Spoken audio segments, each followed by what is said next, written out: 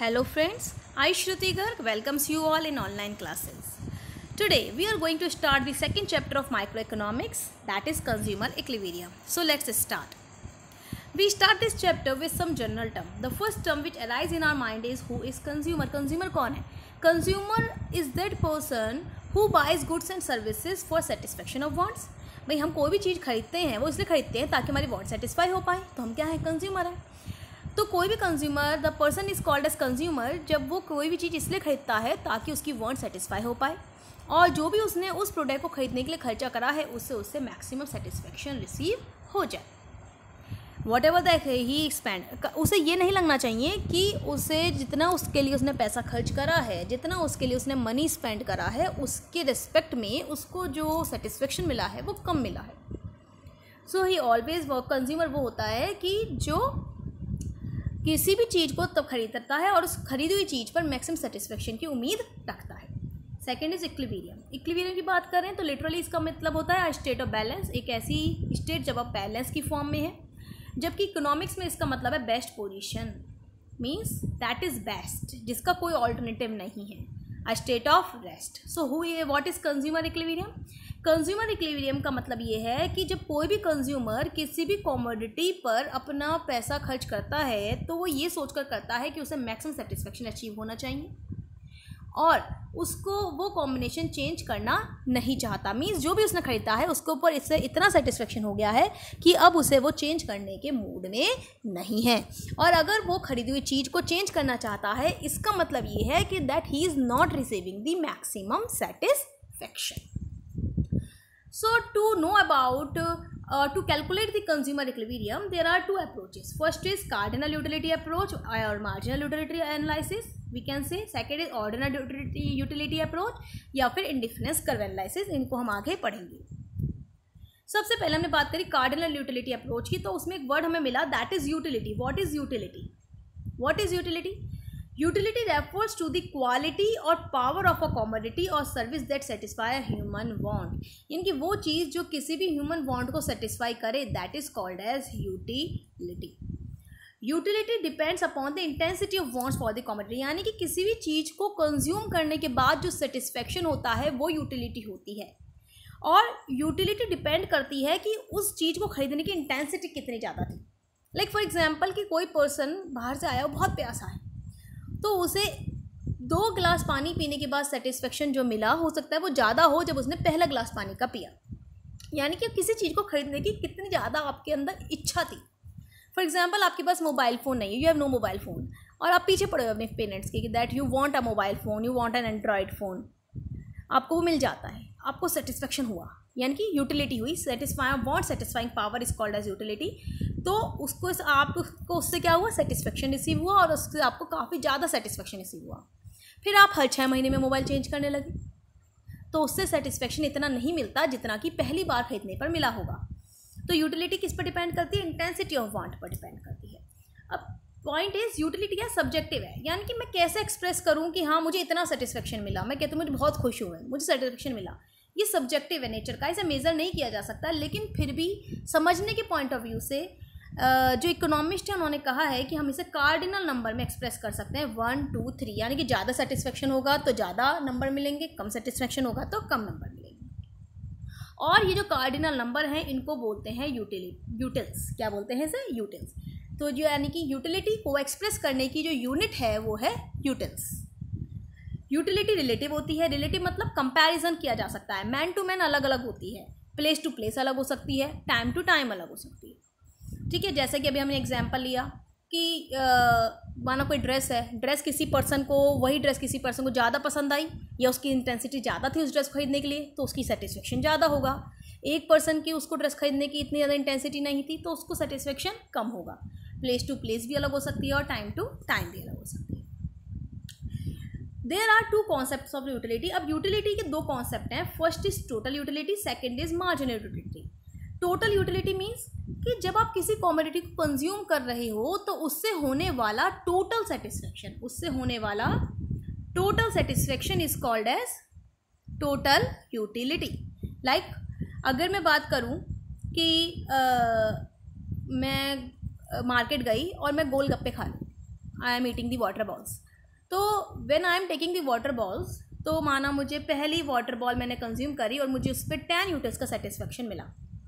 जब मैंने सेकेंड गोलगप्पा खाया तो उस पर मिलने वाला सेटिस्फेक्शन पहले वाले सेटिस्फेक्शन से कम होगा, क्योंकि पहली बार जब पहला गोलगप्पा जब मैंने खाया तो उसकी इंटेंसिटी क्या थी, ज़्यादा थी। अब तुरंत ही ऑन द सेम टाइम मैंने सेकंड गोलगप्पा खाया तो उससे मिलने वाली इंटेंसिटी कम हो गई, क्योंकि जब मैंने पहला खाया था उस पर ज़्यादा थी, तो इस पर मिलने वाला जो सेटिस्फेक्शन होगा कम। माना कि इस बार उस हमें मिला 9। तीसरा गोलगप्पा खाया, अब हो गई 8। फोर्थ वन खाया, अब हो गई 6। यानी कि जैसे जैसे कंटिन्यूस नेचर में मैं कोई भी चीज़ कंज्यूम करती हूँ तो उससे होने वाला सेटिस्फेक्शन क्या हो रहा है, रिड्यूस हो रहा है।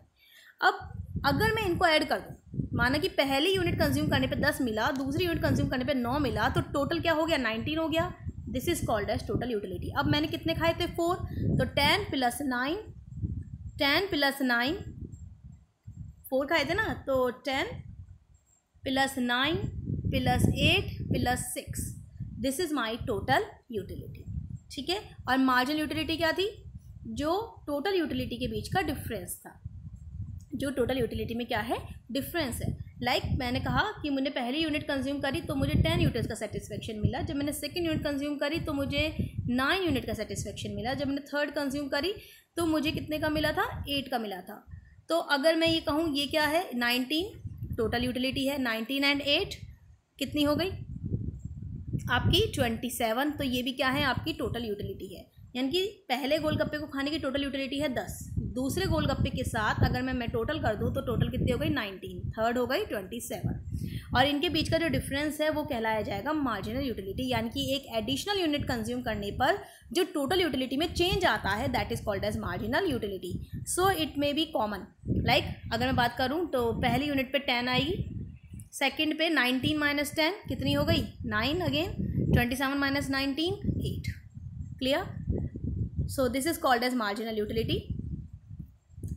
आप इसे कैसे एक्सप्रेस करेंगे, सो एक्सप्रेस करने के लिए we have some expressions like total utility is the sum of all marginal utility. या तो आप कह दीजिए TU समीशन ऑफ MU है, या MU1 + MU2 + MU3, जितनी भी आपने चीज़ कंज्यूम करी उसका टोटल क्या हो जाता है, TU हो जाता है।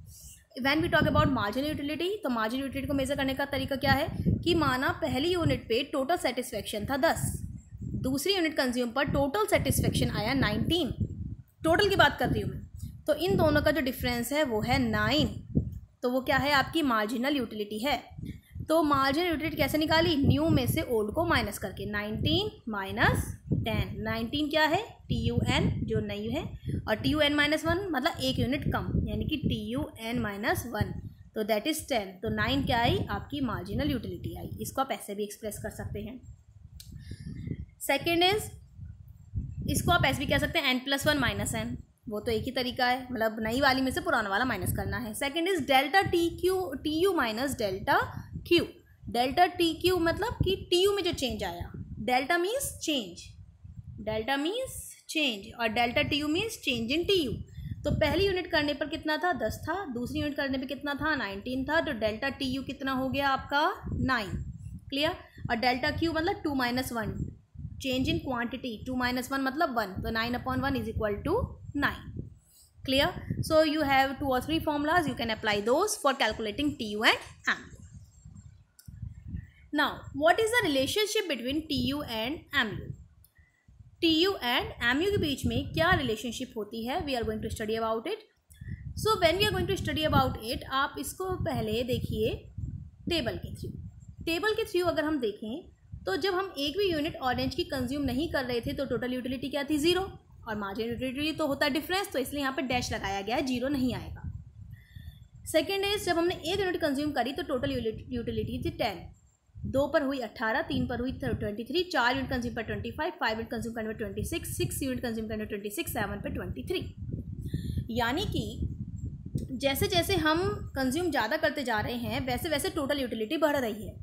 ध्यान रखिएगा, पीछे जो मैंने एग्जांपल दिया था वो इंडिविजुअल यूनिट का दिया था, टोटल यूटिलिटी का नहीं था। टोटल यूटिलिटी थी दोनों यूनिट कंज्यूम करने के बाद। अब मार्जिनल यूटिलिटी कैसे निकलती है, नए में से पुराने को माइनस करके, तो 10 - 0 10, 18 - 10 8, 23 - 18 5, 23 - 22 2, 26 - 25 1। आप इस तरह से निकालेंगे। अब जब आप ये चेक कर रहे हैं तो आपको ये पता लगा कि जो मार्जिनल यूटिलिटी है वो कम होती जा रही है। जैसे जैसे आप एक्स्ट्रा यूनिट कंज्यूम कर रहे हैं MU कम हो रहा है। तो आपको मैंने बताया था कि जितनी ज़्यादा इंटेंसिटी होती है किसी चीज़ को कंज्यूम करने की, उतनी ज़्यादा सेटिस्फेक्शन होता है। जब आपने एक ऑरेंज खाया होगा आपको सेटिस्फेक्शन ज़्यादा मिला, तुरंत आपने दूसरा ऑरेंज खाया तो ऑब्वियसली बात है सेटिस्फेक्शन कम मिलेगा, तुरंत ही आपने तीसरा वो ऑरेंज खाया तो सेटिस्फेक्शन और कम मिलेगा। और करते करते एक स्टेज ऐसी आएगी कि जब आपको बिल्कुल पेट भर जाएगा, यानी कि सेटिस्फेक्शन बिल्कुल जीरो हो जाएगा। चेंज इन सेटिस्फेक्शन क्या हो जाएगा? जीरो हो जाएगा। और अगर आपने एक और खा लिया तो यू वॉमिट, तो यानी कि सेटिस्फेक्शन नेगेटिव में पहुंच जाएगा। क्लियर?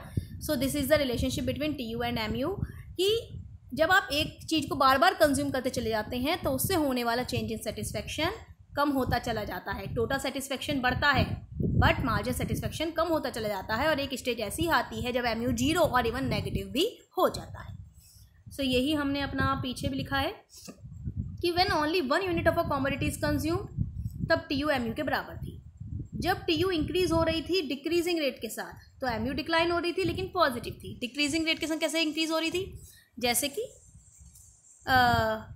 10 फिर 18 फिर 23, तो 0 से 10 में 10 का डिफरेंस है, 10 से 18 में 8 का डिफरेंस है, तो यानी कि TU इंक्रीज हो रही है लेकिन डिक्रीजिंग रेट से। ठीक है, 10 8 5 2 TU increasing but at a decreasing rate, और MU क्या है आपकी? पॉजिटिव है। Second next point is when TU is maximum MU is zero. और जब TU आपकी मैक्सिमम थी, देखिए 26 यानी कि TU इस वक्त क्या है? मैक्सिमम थी। जब TU मैक्सिमम होगी तो MU क्या होगा? जीरो होगा। और जब TU गिरने लग जाएगी तो MU क्या हो जाएगा? नेगेटिव हो जाएगा। And student this is very important topic from exam point of view. So इसलिए whenever they are asking for कि अगर TU MU में रिलेशनशिप बताएं तो आपको ये रिलेशनशिप भी लिखना पड़ेगा,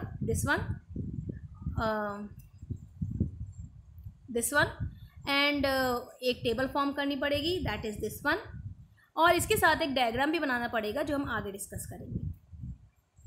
this is the diagram of TU and MU। ये थोड़ा कॉम्प्लिकेटेड है, इसे समझ लेते हैं, लेकिन इसके अलावा ऑप्शन भी हैं जो भी मैं आपको आगे बताऊंगी। देखिए शुरुआत में TU इंक्रीज़ हो रही है, जैसे कि 10 के बाद आपका आया था 18 के बाद आई थी 23, इस तरह से इंक्रीज़ हो रही है TU। तो TU जब तक इंक्रीज़ हो रही है डिक्रीजिंग रेट तक तो MU गिर तो रही है लेकिन पॉजिटिव है। MU गिर रही है लेकिन पॉजिटिव है। Clear? So when TU is increasing at a decreasing rate MU is declining but remain positive. जब TU आपकी मैक्सिमम हो गई तो उस वक्त MU क्या हो गई? आपकी जीरो हो गई। This is called as point of saturation, यानी कि जिस पर आपका सबसे ज़्यादा सेटिस्फेक्शन हुआ है, पॉइंट ऑफ सैचुरेशन। और जब TU डिक्लाइन होने लगी तब MU क्या हो गई? आपकी नेगेटिव हो गई। इसको आप चाहें तो ऐसे एक्सप्रेस कर सकते हैं। Another one is this one, बिल्कुल सिंपल, ग्राफ का आपको मैप बनाने की जरूरत नहीं है, सिंपल आप ऐसा दिखाइए कि व्हेन TU इज़ एक कर्व शेप ऐसे ले लीजिए और एक कर्व शेप ऐसे ले लीजिए, जहाँ TU आपका मैक्सिमम हो वहाँ जीरो दिखा दीजिए। So when TU is increasing at a decreasing rate MU is declining, when TU is maximum MU is zero, when TU start declining MU becomes negative. Next is आप इस तरह से दिखा सकते हो ना सिंगल डायग्राम कि on first point TU MU के बराबर थी, तो हमने सेम पॉइंट ये दिखाया है कि टोटल दोनों 9 से, कोई भी XYZ आप एग्जांपल ले सकते हैं, दोनों 10 से स्टार्ट हुई। तो जब TU इंक्रीज़ हो रही थी डिक्रीजिंग रेट से MU डिक्लाइन हो रही थी। जब TU मैक्सिमम होती है MU जीरो हो जाती है, और जब TU डिक्लाइन होनी शुरू हो जाती है MU नेगेटिव हो जाती है। तो आप इन तीनों में से कोई भी डायग्राम ऑप्ट कर सकते हैं for your exam point of view. So law of diminishing margin utility we are discussing now कि लॉ ऑफ DMU क्या है। लॉ ऑफ DMU ये कहता है कि जो कि अभी आपका TU MU में अप्लाई हुआ कि जैसे जैसे हम ज़्यादा यूनिट कंज्यूम करते जा रहे थे तो जो यूटिलिटी हम एडिशनल यूनिट के संग हमें मिल रही थी वो कम होती जा रही थी, वह नेगेटिव भी हो रही थी। कि when we are consuming more and more unit of a commodity the utility drive from each additional unit start declining and even becomes negative. कि जब हम एक एक्स्ट्रा यूनिट कंज्यूम करते हैं MU या जो चेंज इन यूटिलिटी है, change in satisfaction है, वो कम होता है और इवन नेगेटिव भी होता जाता है। अब इसको आप कहते हैं फंडामेंटल लॉ ऑफ सेटिस्फेक्शन।